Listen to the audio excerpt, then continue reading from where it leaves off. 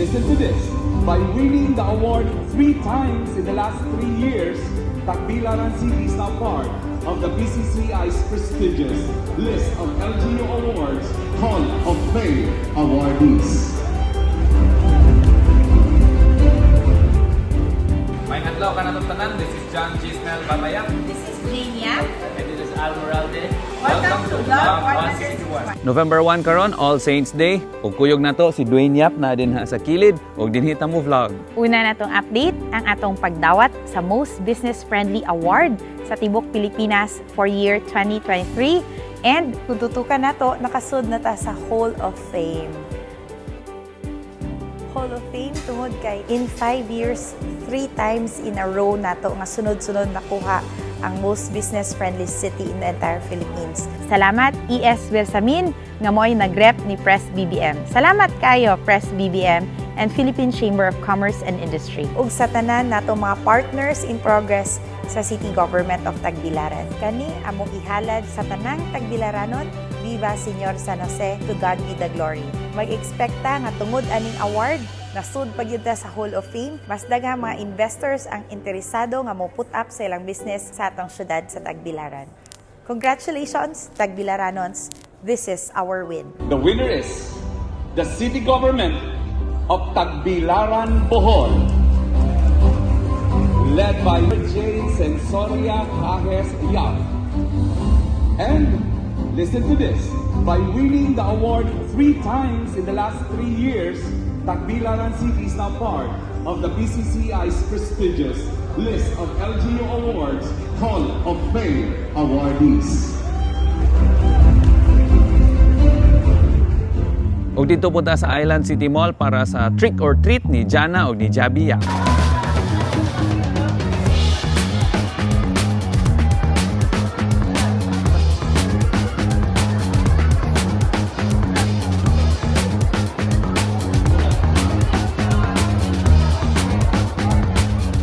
Back-to-back ang atong mga kalihukan karon nga week for Tagbilaran City. Atong formal nga giabrihan ang atong libreng Wi-Fi sa tanang barangay sa Tagbilaran. In partnership with Converge ug kuyog nako si BM Adam Hala. Importante kaayo ang kaning serbisyoha mahatag natog libre labi na kay makatabang sa mga estudyante sa ilang online class, apil na ang ilang pag-research ug sa mga pamilya abroad maka-video call ug maka-chat na libre kay naa natay Wi-Fi sa mga barangay. Naani sa barangay courts ug ang voucher makuha nato sa barangay hall. May adlaw ka natong tanan ug karon na ata sa barangay Buoy na nakukuyog si Capioli at ang mga senior citizen, BM Adam Hala ug ang mga taga Converge. Interviewon nato ang mga senior citizen nato nga naka-avail na sa atong libreng pa Wi-Fi sa barangay in partnership with Converge. BM Adam Hala, Jane Yap, Babayap. Ma'am, unsay imong experience sa atong libreng pa Wi-Fi? Nalipay kayo mi nga niabot na ni atong Converge nga high nga nakasugod dayon ko pag tan-aw sa Netflix nga akong gusto. Naga Netflix. Sa Netflix. Kanang mga Tagalog, Tagalog akong gitan-aw ron. Ikaw, ma'am. Maupoy akong na experience nga nakakuha po sa Netflix nya o di na may magamit og data. Di na magamit. Okay, so walay pili-pili sa edad ang naserbisyohan sa atong libreng pa Wi-Fi sa barangay. Mapabatanon or senior citizen na agyoy libreng Wi-Fi. Salamat, Converge! Padayon pod ang mga bag-ong business establishment gaabri sa Tagbilaran. Welcome to the City of Peace and Friendship, Mugna Cafe and Resto. Makit-ane sa Barangay Mansasa. Congratulations sa tanang mga nagpaluyo para mahimong successful ang Mugna Cafe and Resto. Lami kaayo ang ilang mga pagkaon. Ug ato pong giabrihan ang lugaw ni Bossing makit-an sa 4th floor sa BQ Mall. Sa inyong gihuwat, bisitaon na nato ang lugaw ni Bossing. Proud pud ka kaayo nga nahuman na ang Govs Cup. Daghan mga award na dawat sa Tagbilaran City. Usa naani ang pag-champion sa atong junior division, pag-second place sa atong senior division, and pag-corona sa ato ang Miss Govs Cup 2023, Mary Love Lopez. Congratulations, Tagbilaran City. Kuyog nako, Miss Kyra Hopkins, Miss Tagbilaran, and Miss Bohol 2023. Asenso pa more, Tagbilaran. Ako pod ang nagkasal sa ato ang suod kaayo nga family friend, murag anak na namo ni Baba, Aline Besas and Chai Galan. Congratulations to the Besas and Galan family. And finally, nakita na gyud namo ni Ninong Baba, Ninong Adam and Jane Yap nganing paso si Aline Besas. Congratulations!